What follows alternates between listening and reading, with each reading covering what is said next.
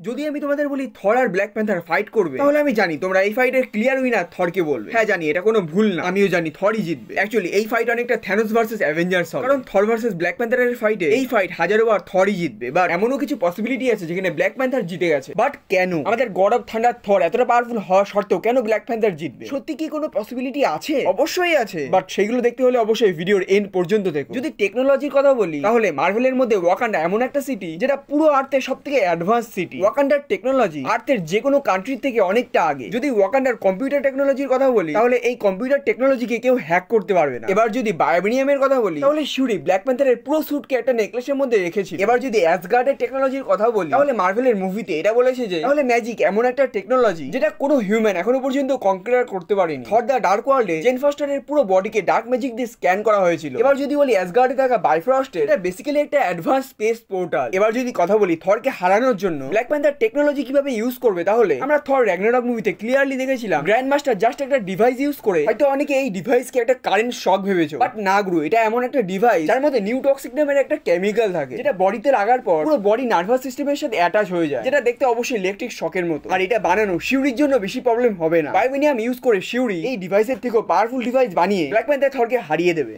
Well, যদি আমি black প্যান্থারের কথা বলি, তাহলে ওর কাছে এমন এমন হাইটেক টেকনোলজি আছে যেটা থেকে আয়রন ম্যান নিজেও অনেকবার ইন্সপায়ার হয়েছে। আর এই টেকনোলজি আছে যেটা ইউজ করে ব্ল্যাক প্যান্থার থরকে হারাতে পারবে। কারণ আমরা অলরেডি দেখেছি থর আর লোকির মতন পাওয়ারফুল ক্যারেক্টারও অ্যাডভান্স টেকনোলজির সামনে উইক হয়ে যায়। আর অলরেডি এটা ইউজ করে ব্ল্যাক প্যান্থার অ্যানিমেটেড সিরিজে থরকে হারিয়েছে। আর যারা যারা আমার লং ভিডিও এখনো দেখোনি, তারা এখনই গিয়ে দেখো।